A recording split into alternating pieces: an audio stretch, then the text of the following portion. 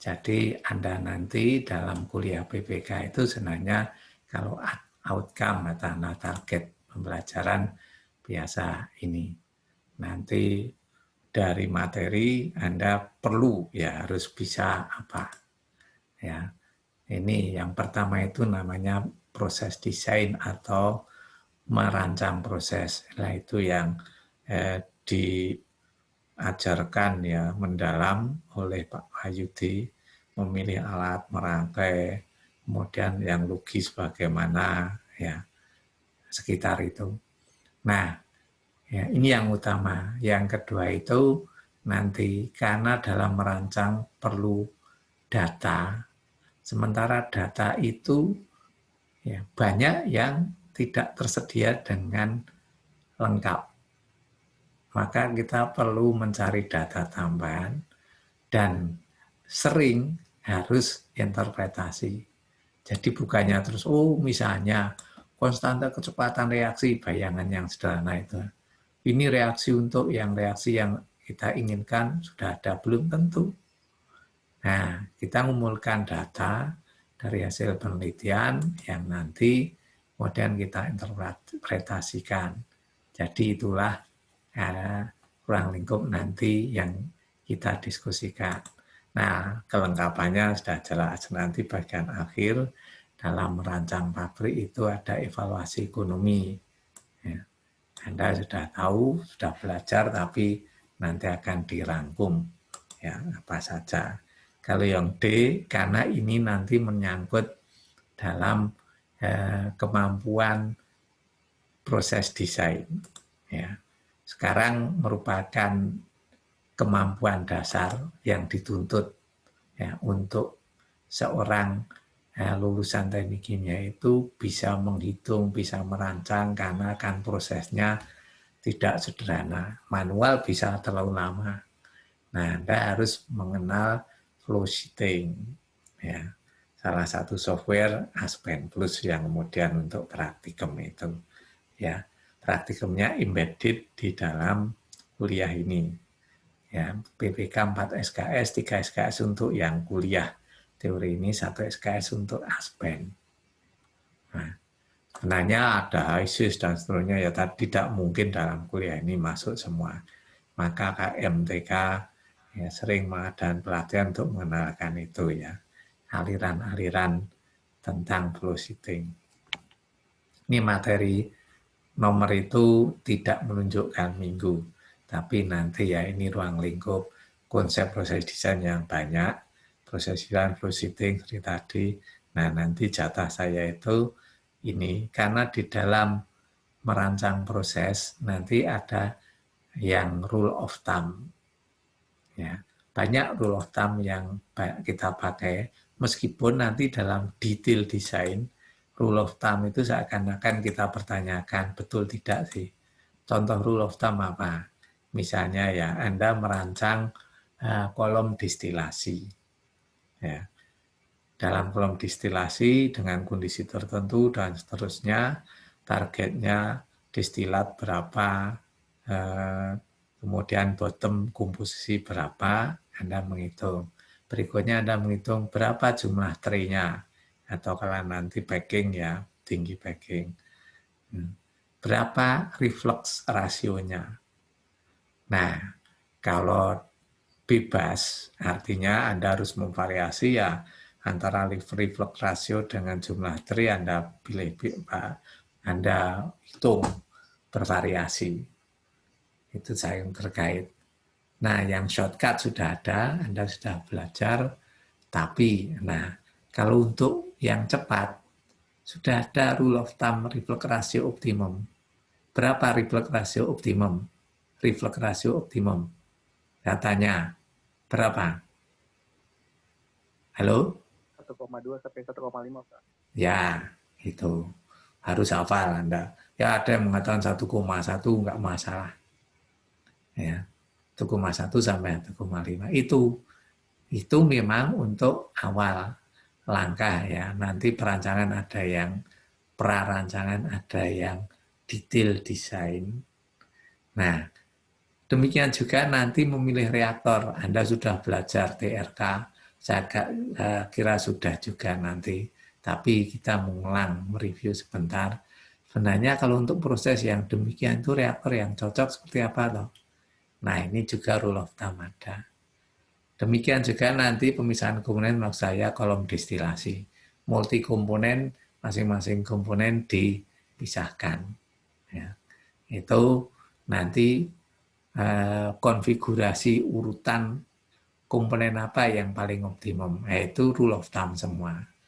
Ada juga proses batch nanti, karena sekarang proses batch mulai menarik. Nah, memang tidak semua akan dibahas di kuliah PPK ini, waktunya nggak cukup. Paling tidak kemudian ini, integrasi panas, itu penting untuk mengenalkan. Ya. Karena sekarang pabrik selalu harus efisien konsumsi panasnya.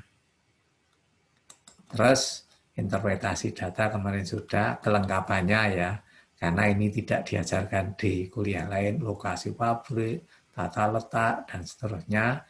Ya, tapi kalau utilitas biasanya nggak cukup, meskipun ini kalau bisa dibahas. Nah, kemudian evaluasi ekonomi. Nah, ini pustakanya sebenarnya ini lebih bersifat acuan yang sedikit-sedikit banyak, tapi nggak mungkin Anda baca semua. Syukur kalau bisa. Ya untuk proses desain itu Smith, Robin Smith Anda sudah tahu, Douglas yang agak lama, proses batch Figler, dan buku yang baru juga ada. Nah ini konsep yang di awal-awal, Race, kemudian Synod itu sebenarnya Colson Richardson volume 6, ya. Rad Watson lebih lama lagi. Ya. Evaluasi ekonomi Anda sudah tahu, Aris Newton, Peter Timmerhouse. Ini saya tambah sedikit, tapi ya sering kalau ada waktu itu dasar. Nah, sekarang yang penting ini juga sudah saya kira. Pak Ayu itu sudah menjelaskan ini. Halo? Sudah? Halo? Sudah? Nah, ini Sudah, Pak. ya, syukur. Yang penting ini, jadi ada code design, preliminary, final atau detail design, Anda sudah paham, tapi kemudian ruang lingkupnya, ya, ruang lingkupnya. Jadi ruang lingkup baik itu quick design maupun sampai ke detail design itu ada 3. Ini saya sederhanakan, sebenarnya banyak. Tapi saya sederhana dengan 3. Yaitu yang pertama itu merancang proses. Seperti yang katakan itu proses desain. Merancang proses itu apa? Ya, memilih alat yang sesuai, kemudian merangkai sesuai urutan operasi, urutan proses yang kita bayangkan menjadi sebuah ya kalau ini kataan pabrik ya pabrik atau unit proses di mana bahan baku menjadi produk yang kita inginkan. Jadi rangkaian alat. Anda kemarin sudah belajar mengapa kemudian menguapkan kalau ini tekanan tinggi, ya lebih baik pada menguapkan tekanan tinggi, tidak menggunakan tekanan atmosferis saja, kemudian dikompres ya dengan kompresor. Nah, ini merancang proses, memilih alat yang sesuai. Ya. Maka dalam merancang proses desain itu prasyaratnya apa? Mengenal dengan baik konsep ya cara bekerja, karakter alat-alat proses. Makanya PPK itu bagian akhir merangkum. Anda mulai belajar apa? Pemipaan dengan pompa. Pompanya karakter memilih pompa demikian. Nah, kemudian merancang HI, ini sel N tube, nanti yang lewat tube apa, yang lewat sel apa, kalau kecil pakai hairpin, dan seterusnya. Terus nanti kolom distilasi. Ya. Dengan kolom distilasi itu packing ataupun tray, ya, berapa reflux rasionya yang kita pakai. Nah, dengan karakter ini Anda bisa memilih yang tepat. Nanti kita mengulang sebentar juga alat-alat yang mungkin saat kuliah tidak terlalu dalam untuk diseleksi karakternya. Ya. Nah, setelah proses desain kita lakukan, apa produknya? Yang mudah itu ya flow sheeting, katakanlah diagram proses. Bahan baku masuk sampai hasil jadi. Oh ya, biasanya Pak Aldi menekankan menjadi ya urutan proses yang visible tambahan. Sebenarnya sih yang kita pilih ya urusan proses yang optimum gitu. Tapi di kuliah PPK kalau belajar itu tambah visible dan logis. Karena nanti ada yang seperti saya katakan mungkin di Pak Wahidi sudah membahas ya, menjelaskan. Oh ini yang tidak logis, yang ini tidak visible. Nah ini. Jadi di proses desain setelah ada diagram prosesnya, barulah nanti kita merancang alat equipment desain. Urutannya demikian. Ya. Nggak mungkin ada langsung menghitung alat. Selalu harus ada proses diagram prosesnya. Nah, nanti tiap alat Anda rancang sizing istilahnya, terus sampai spesifikasi. Targetnya sebenarnya equipment design itu secara umum namanya spesifikasi. Tapi ada dua jenis alat kalau kita merancang. Kelompok yang waktu merancang spesifikasinya itu harus mencantumkan ukuran. Itu termasuk kompetensi orang teknik kimia, menentukan ukuran. Ukuran reaktor berapa? Karena spesifik. Yang bisa merancang ya konsep dasarnya orang teknik kimia. Orang lain bisa merancang tapi kan harus belajar masalah teknik kimia. Ya.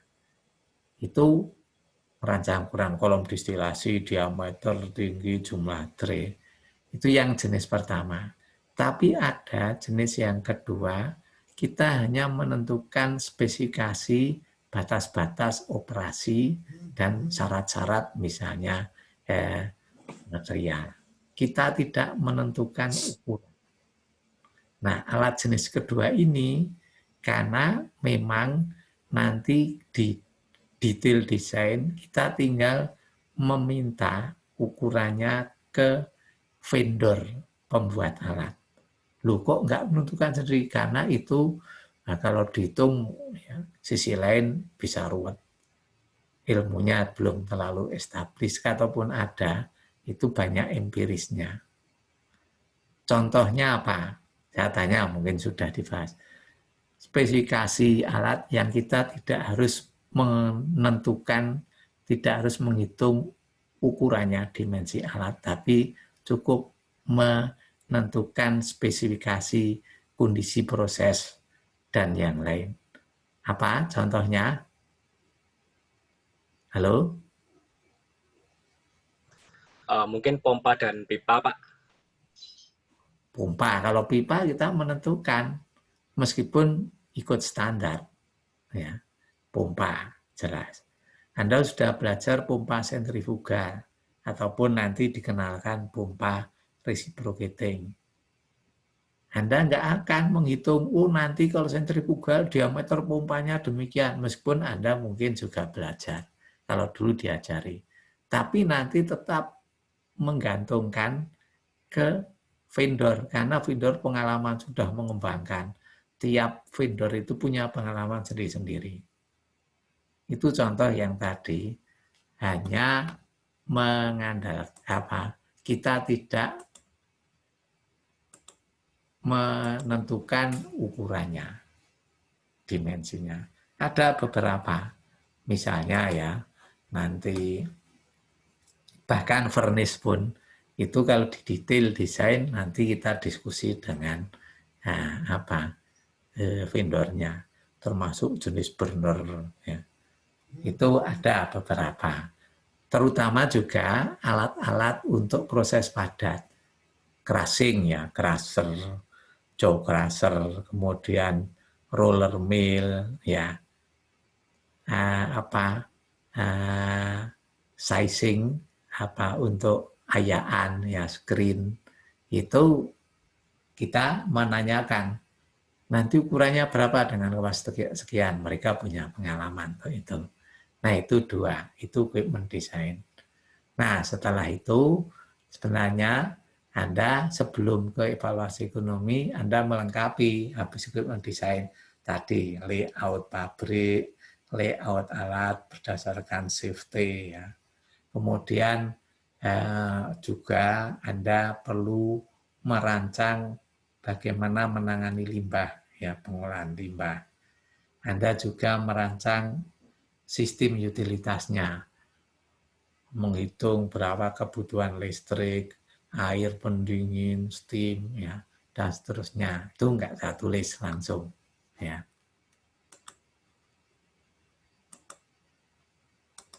Itu. Terus terakhir itu sebelum ekonomi, organisasi perusahaan dalam rangka apa?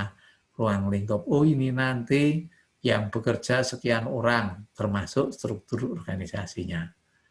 Nah kalau Anda ingat chemical engineering tools sudah lengkap. Mulai dari neraca massa sampai rate processes 1, 2, 3, 4. Terus nanti ekonomi, humanity. Lab, organisasi perusahaan kan Anda menentukan juga jumlah orang.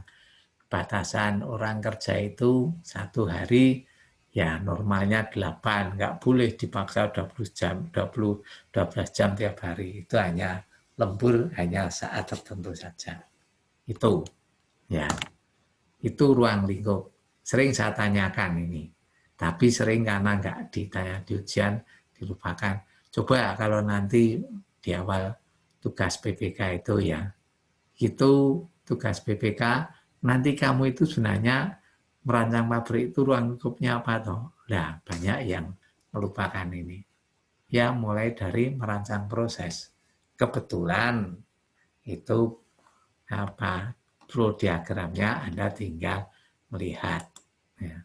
Nah, saya tanya, kalau tugas PPK itu kembali ke sini, kira-kira setara dengan desain apa? Quick design, preliminary design, atau detail design? Halo? Preliminary, Pak.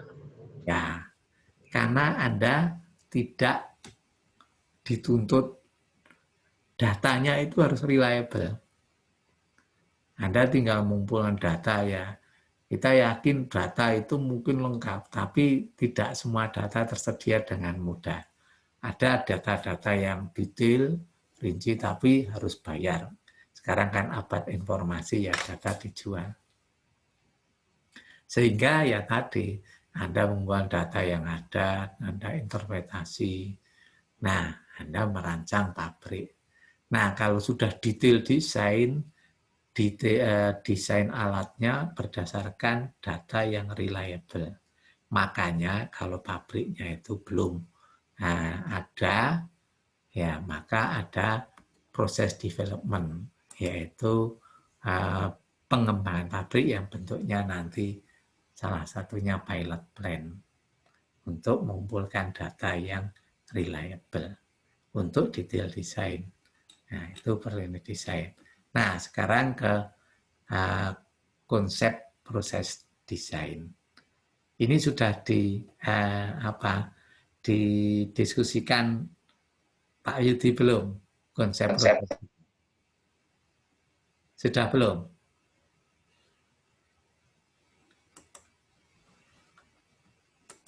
Nah, saya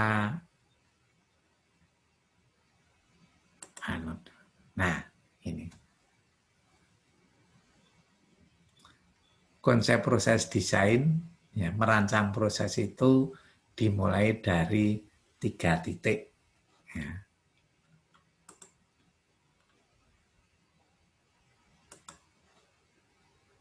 Mulai dari 3 titik. Di mana maksudnya 3 titik? 1, itu titik itu harus sudah diketahui datanya dengan baik. 1, raw material. Raw material yang kita pakai itu sudah tertentu. Nah, itu kan punya, misalnya sudah punya bayangan, ya raw materialnya kan calonnya beberapa. Kalau beberapa, itu artinya kita punya pilihan dulu, milih dengan bisa prosesnya nanti jenis raw materialnya menentukan proses. Bisa juga sebenarnya prosesnya sama, cuma treatment awalnya yang beda. Itu bagian dari merancang, memilih proses yang mana yang kita pakai nanti, yang kita pilih. Jadi prinsipnya data raw material sudah lengkap. Yang titik berikutnya, target produknya juga spesifikasinya sudah jelas. Bukannya mengambang. Yang ketiga itu adalah cara sintesisnya. Loh, kok perlu data? Saya kembali ke raw material dan produknya. Data raw material dan produk itu kalau untuk sekarang mudah. Ataupun misalnya ini proses yang baru mudah. Karena memang itu sudah tertentu di pasaran. Kalau Anda sekarang mencari di market, ya, itu raw material yang terjual, yang tersedia apa? Anda tinggal melihat. Termasuk kemurnian, kemudian impurities. Produk juga demikian. Ya. Nah, produk itu nanti kaitannya kalau Anda menghasilkan suatu produk, suatu bahan, Anda harus melihat pasaran apakah produk Anda itu laku tidak, sesuai dengan pasaran tidak. Saya biasanya mengambil contoh itu asam sulfat. Anda mau mendirikan, merancang pabrik asam sulfat. Yang Anda jual, misalnya, saya suka kok asam sulfatnya itu ya hanya 65%. Misalnya. Nah, Anda lihat di pasaran ada tidak demand-nya itu 65%. Nah, kalau asam sulfat biasanya saya tanya sekarang ini pengetahuan umum. Asam sulfat dijual pada konsentrasi berapa? Halo? 96 sampai 98, Pak. Kalau yang pro analisis. Jangan pro, ini teknis pro juga. Tapi yang banyak ya sekitar itu. Ya kadang turun sampai 92, 93.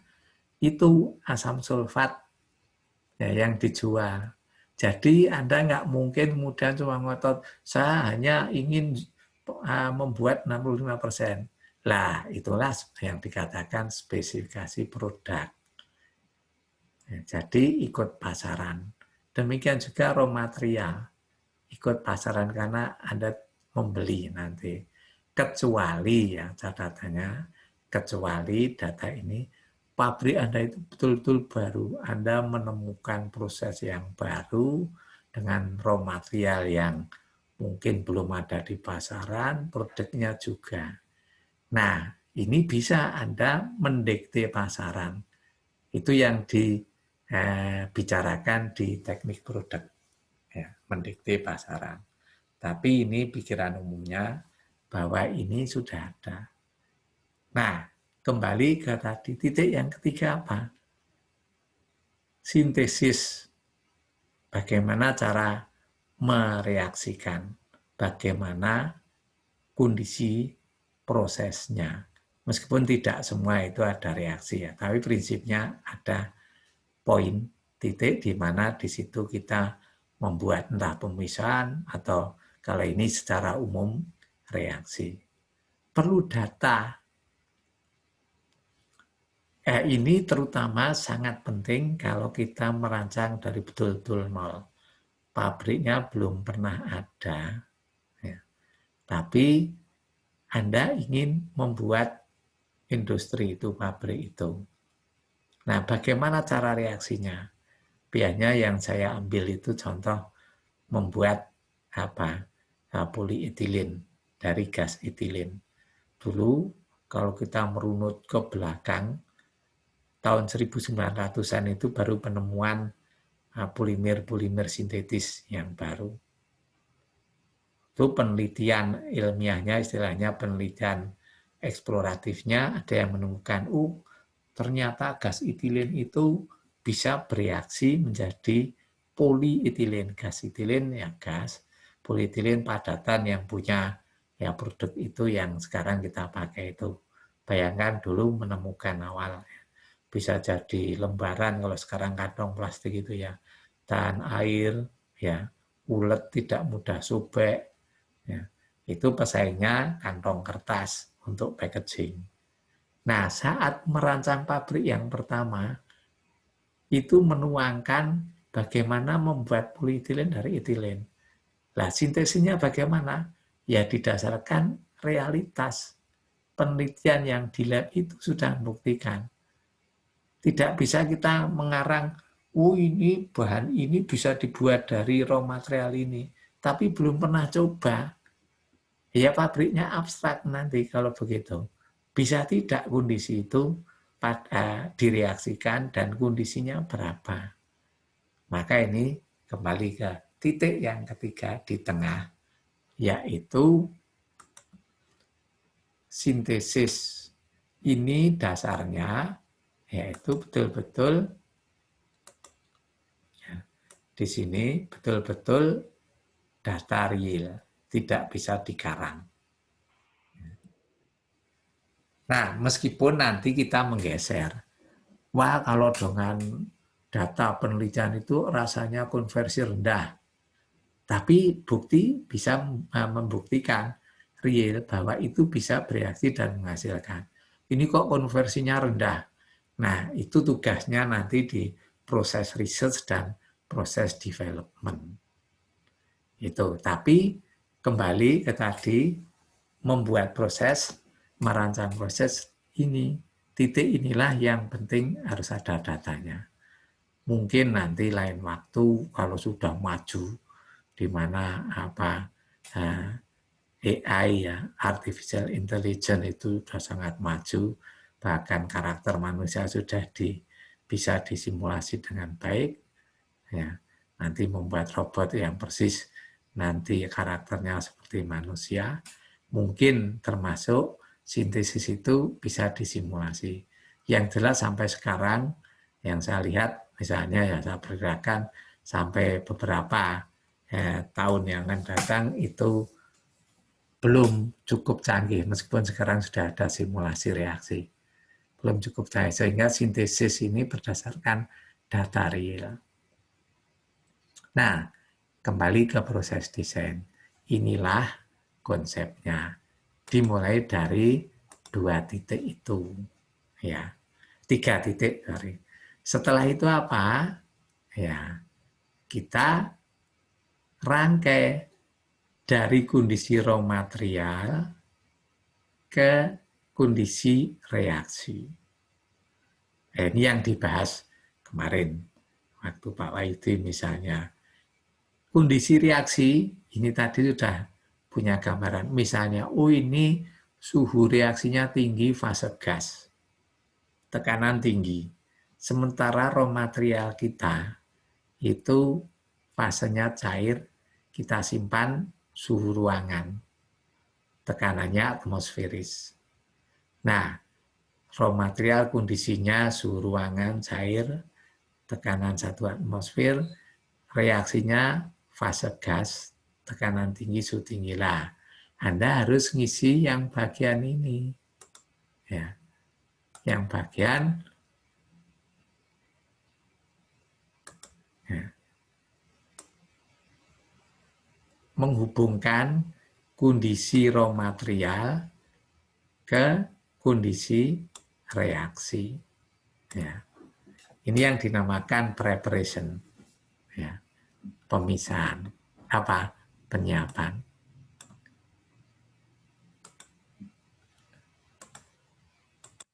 Ya. Ini dinamakan tahap penyiapan. Nah, alat ini alat. Kalau Anda tahu, ini dari cair ke gas, berarti harus menguapkan. Tekanan atmosferis ketinggi, dua alternatif, pompa atau kompresor kalau nanti uap.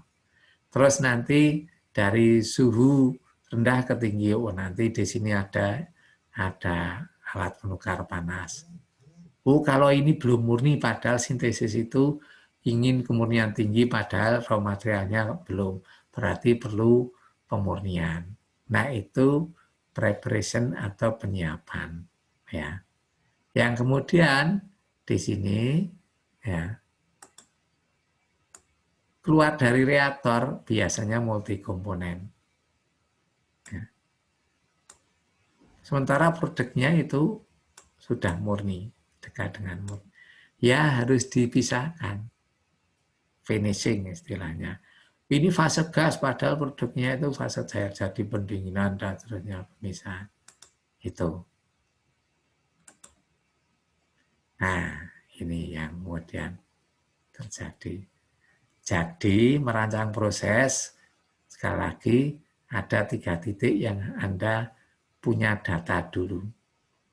Lengkap, Anda tidak merancang, tidak mengada-ada. Raw material, produk, dan kondisi proses. Setelah itu, Anda tinggal memilih alat ini di bagian preparation dan bagian finishing. Biasanya, umumnya, preparation finishing itu alat-alat kalau diklasifikasi tekniknya itu namanya unit operation. Mulai tangki, separator, heat exchanger, penukar panas, pompa, kompresor, ya. Ini unit operation. Maka Anda belajar itu sekarang terlihat, ya gunanya di situ. Ya. Preparation, finishing, Anda tinggal milih alat yang sesuai. Ingat definisi tadi apa? Memilih alat yang sesuai di sini. Ya, preparation, finishing. Nah, termasuk kondisi operasinya sudah jelas. Ya. Nah, sekarang bagaimana memilih alat maupun sebenarnya nanti juga secara umum proses yang kita pilih. Ingat, memilih itu artinya alat yang tersedia bisa lebih dari satu jenis. Ya. Satu jenis. Nah, kalau Anda masih ragu-ragu, alat ini atau ini ya? Nah, sering kalau duanya itu fungsinya sama. Nanti secara umum memilihnya berdasarkan total cost. Ya, total cost itu apa? Ya, saya tulis di bawah. Di sini. Total cost. Mungkin sudah. Itu sama dengan depresiasi alat plus ongkos operasi, operating cost. Ya. Nih.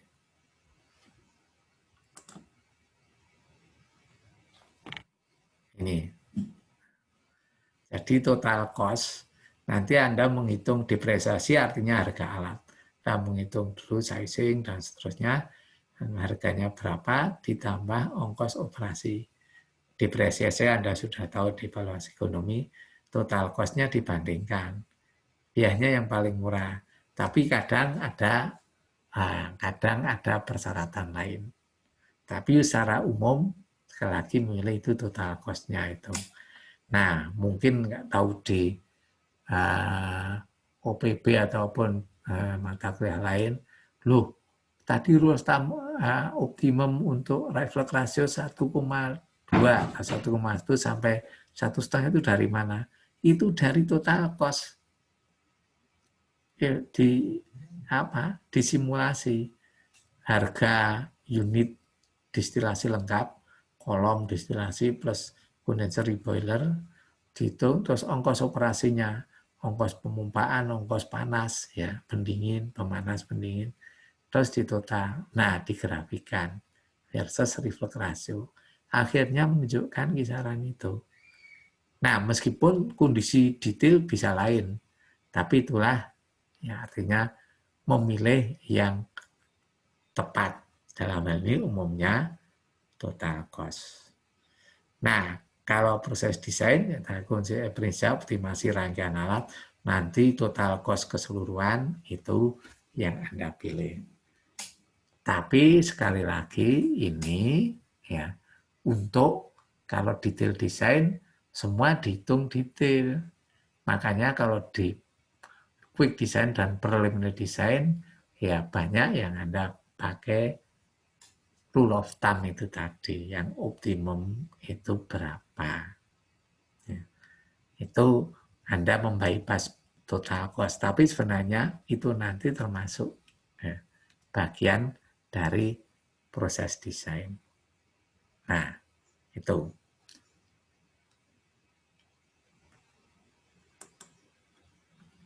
Kembali ke yang lama. Ini. Ini tadi penjelasannya. Sudah melihat? Sudah, Pak. Ya. Saya teruskan. Ya. Nah, dalam preparation atau finishing itu, penyiapan maupun finishing, itu ini biasanya kita melihat urut-urutannya. Tidak harus, tetapi melihat seperti ini. Ya. Ada kita mikir dalam merancang itu pertama, itu penyesuaian. Tadi kan sudah saya gambarkan ya. Menyesuaikannya bagaimana? Bisa menyesuaikan fase, bahan bakunya cair. Pada reaksinya gas. Itu menyesuaikan fase. Kalau padatan, misalnya pabrik semen, reaksinya itu persyaratannya nanti ukuran butir padat itu paling tidak min 200 mes minus. Padahal dari kalau pabrik semen itu bahan bakunya kan batu kapur yang banyak. Dari lapangan batu kapur itu ukuran paling tidak paling kecil kerikil. Ya harus dihaluskan. Nah, itu penyesuaian ukuran. Demikian juga penyesuaian suhu, dingin ke panas, panas ke dingin, dan seterusnya. Itu pikiran pertama dalam preparation dan finishing. Nah, 2-3 itu bisa kebalik-balik. Tapi kemudian mikir, biasanya nanti kalau 2 fase, suatu saat kita harus memisahkan. Kita menguapkan, ya, rangkaiannya selain HE apa? Separator. Karena dalam menguapkan, kita tidak mungkin menguapkan 100% cairan. Harus ada sekian persen tetap cair, nanti baru uapnya dipisahkan. Nah, perlu alat pemisahan fasa pada cair dan seterusnya. Ini nanti yang kita bahas, ya, singkat. Kemudian kalau di finishing itu tadi pemisahan komponen, ya, pemisahan komponen. Ini Anda sudah belajar semua kecuali yang yang ketiga itu padat-padat, rotasi, ilutriasi. Ya. Ada, saya tidak hafal detail ya. Ada mata kuliah yang bukan pilihan, yang wajib. Ini pilihan ada. Ya. Ada mata kuliah yang membahas ini, rotasi, ilutriasi, dan seterusnya, pemisahan padat-padat. Ada yang ngambil enggak? Halo? Ada yang ngambil enggak? Nah, ya, itu. Nah, sampai di sini ada pertanyaan? Halo? Belum, Pak. Belum.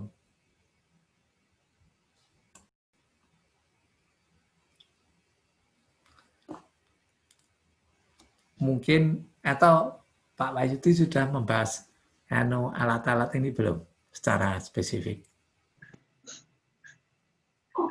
Sudah belum? Halo? Belum, Pak. Jadi ini ya kalau alat mungkin Anda sudah kenal, tapi terutama karakternya. Ya, karakternya. Kalau Anda nanti kebetulan itu dalam proses itu memang ada pemisahan padat cair. Anda sudah tahu sedimentasi, filtrasi, ya, centrifuge, ya. Terus kalau cair-cair biasanya sama separator, coalescer, atau centrifuge. Nah, uap atau gas dengan cairan biasanya separator yang bentuknya separator. Ya. Nah, padat gas, filter, scrubber, EP, ini yang kita bahas konsepnya. Kapan kita milih. Kemudian nanti komponen berikutnya. Absorpsi, stripping, cair itu distilasi atau ekstraksi, padat itu flotasi, itu nanti mengenalkan saja. Kita mulai dari yang padat. Kita mulai padat cair. Anda sudah tahu ini, ya padat cair kalau ini sedimentasi, terutama di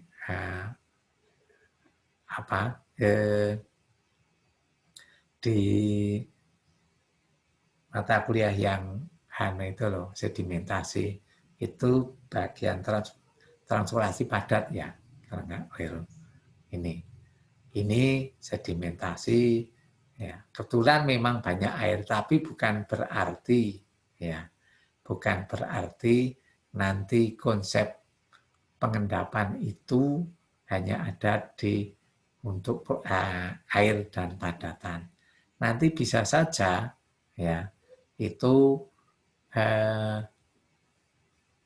Anda merancang ya reaksi cairan yang mengandung katalisnya padat. Padahal katalisnya nanti Anda pakai lagi. Di reaksi Anda mengaduk karena jumlah katalisnya sedikit, cuma mungkin 1-2% ya. Katalisnya melayang-layang di cairan reaksi, keluar reaktor, Anda mau mengambil lagi padatannya. Dengan apa? Ya, cara sedimentasi. Ya, dengan sedimentasi ini. Bentar, ada enggak ya? Sama ini ya. Oh, ini filter. Ya. Dengan sedimentasi ini. Nah, cuma alatnya kalau ini kan untuk air. Jadi ya tangki separator vertikal, silinder vertikal, tapi bagian bawahnya mirip corong. Ya, kalau saya oret-oret begini ya, tapi gambarnya mungkin nggak bagus. Mungkin bisa ini ya. Nah, garis. Nah, misalnya demikian. Ya. Terus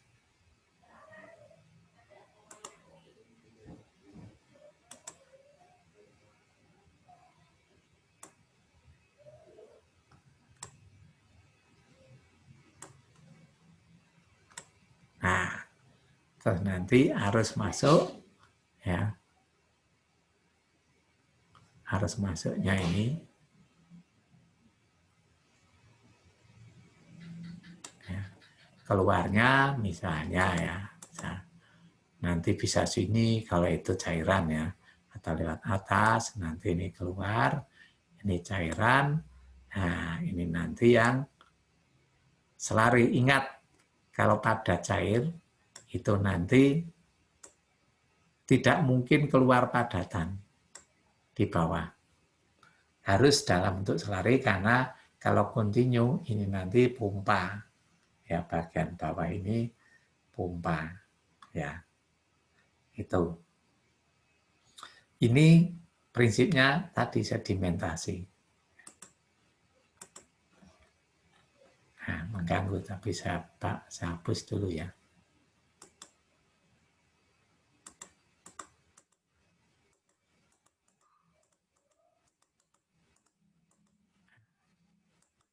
Nah, ini prinsip sedimentasi. Nah, berikutnya kalau produk Anda itu ya, kembali ke kalau sedimentasi itu keluarnya apa? Cairan jernih plus padatannya itu masih keluar dari bawah ini selari, bukan padatan.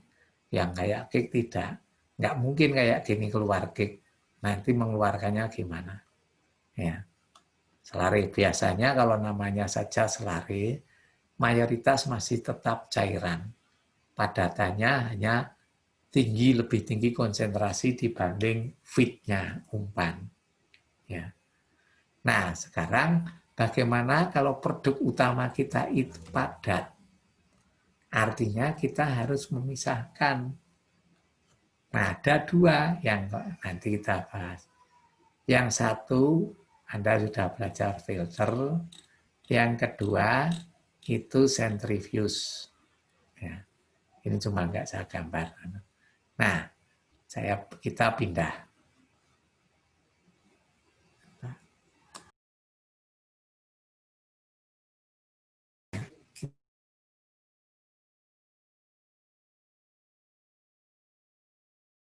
Gaya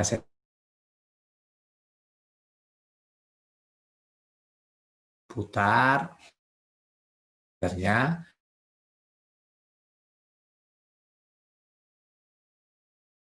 sentrifugal. Kemudian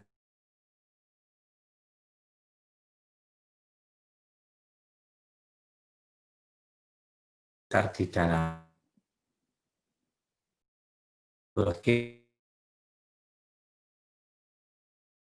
zat.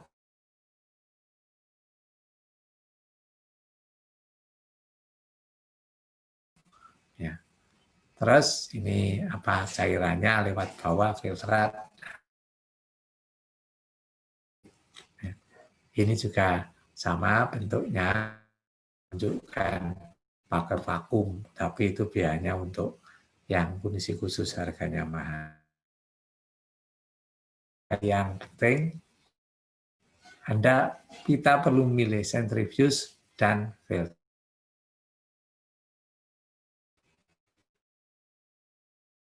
Lagi ya, ini itu Anda rancangnya yang rotary drum dan saya tanya ya, rotary drum itu supaya cairannya bisa ini, nah gambar ini ya, ini bisa tersedot ke dalam. Bagaimana masuk ke ini dindingnya silinder itu kan masuk ke tengah supaya bisa cairannya mengalir ke dalam. Halo? Menggunakan vakum, Pak.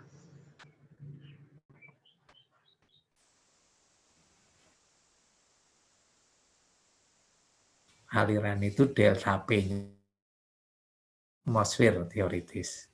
Ya. Untuk filtrasi. Ada yang pakai tekanan tapi itu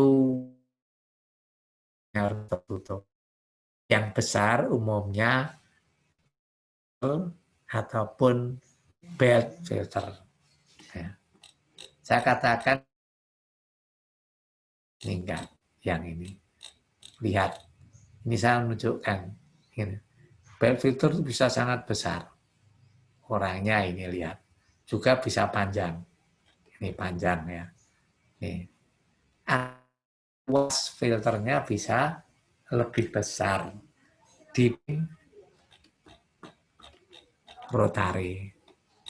Ini saya tunjukkan contoh vakum filter. Ini filter area sekian ya. Artinya apa? Karena kalau nanti kita merancang, kemudian luas permukaannya ini.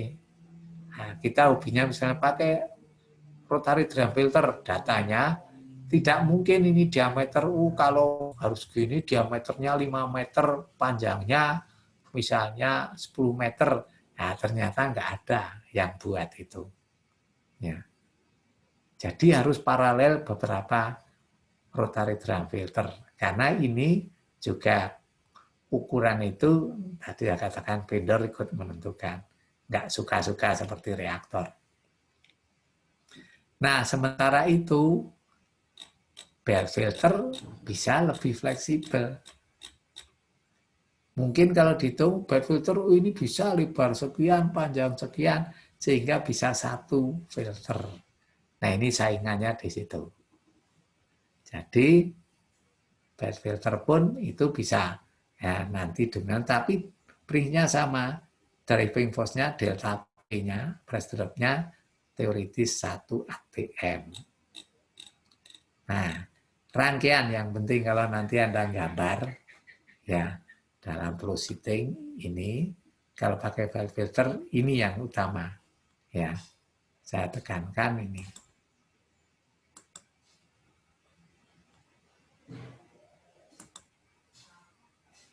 Ini. Tadi tanya vakum, ya. Ini nanti kicknya di sini timbul, nanti kesedot cairannya, ini meja, ini juga. Jadi nanti yang masuk, yang tersedot itu ada 2 fase, cairan plus ini kan ada dewatering bagian sini ya, dewatering plus udara. Mana 2 fase? Anda harus gambar ini separator gas cair. Yang udaranya ini pompa vakum, nanti cairannya pakai pompa biasa. Itu. Nanti kalau gambar jangan lupa. Ya. Jangan hanya, ini pakai filter. Nah, belum lengkap. Kelengkapannya ada di sini. Demikian juga nanti kalau, ini cuma enggak sangat. Yang ini. Nah, nanti Anda melengkapi. Jadi yang ini cairannya dan udara masuk dari air dalam, ini nanti sering.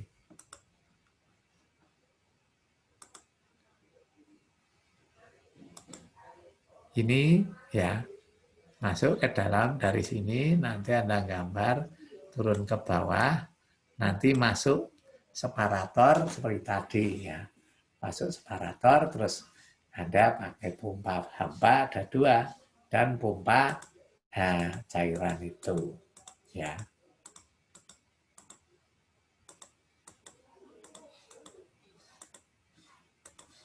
Nah, itu ya.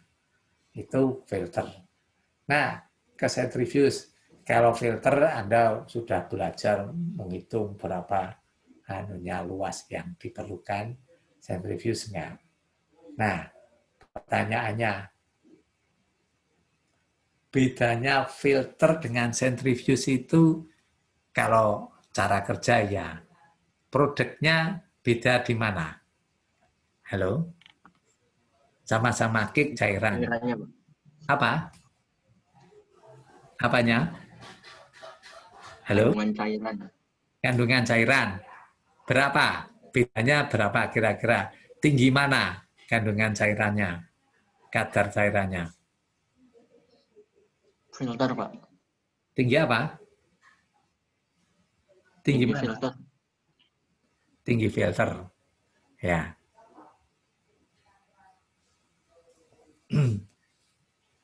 Jadi kalau filter itu mendapatkan kick yang kadar cairannya lebih tinggi. Tapi, kenapa kok ya centrifuge lebih rendah? Ya, kenapa kok centrifuge bisa lebih rendah?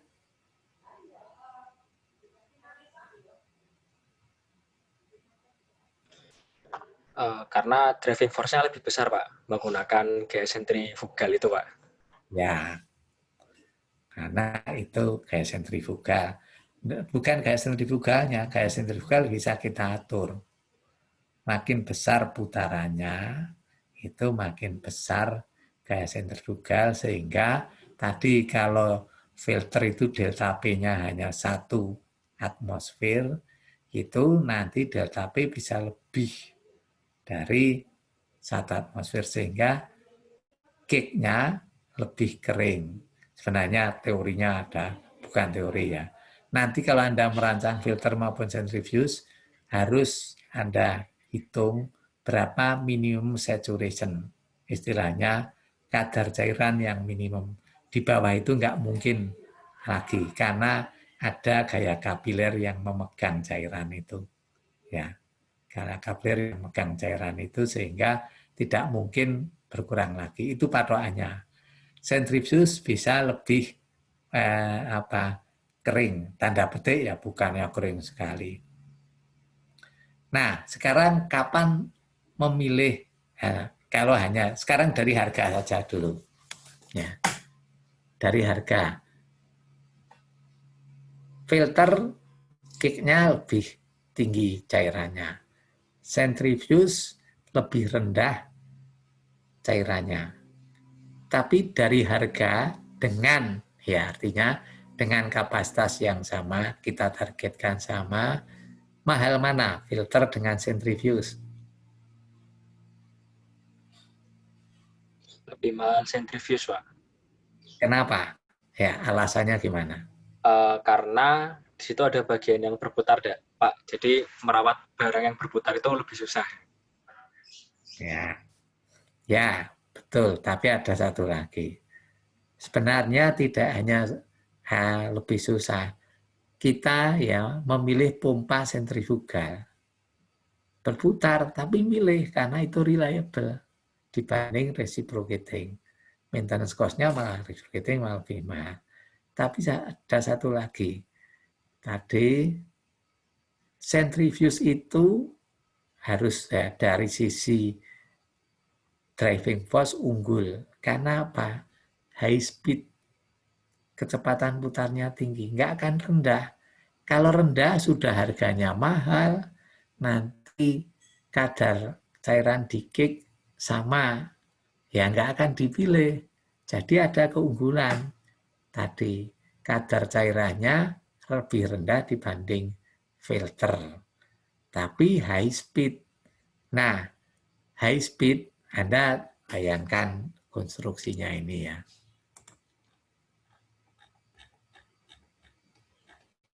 Ini saja ya. Ini berputar, ini sumbu ya. Jangan dikira nanti gap ini itu sangat besar, tidak. Ya, ada celahnya ya. Nah, sesuatu yang berputar itu apa efeknya? Biasanya sumbunya itu bergetar. Jadi kalau Anda nanti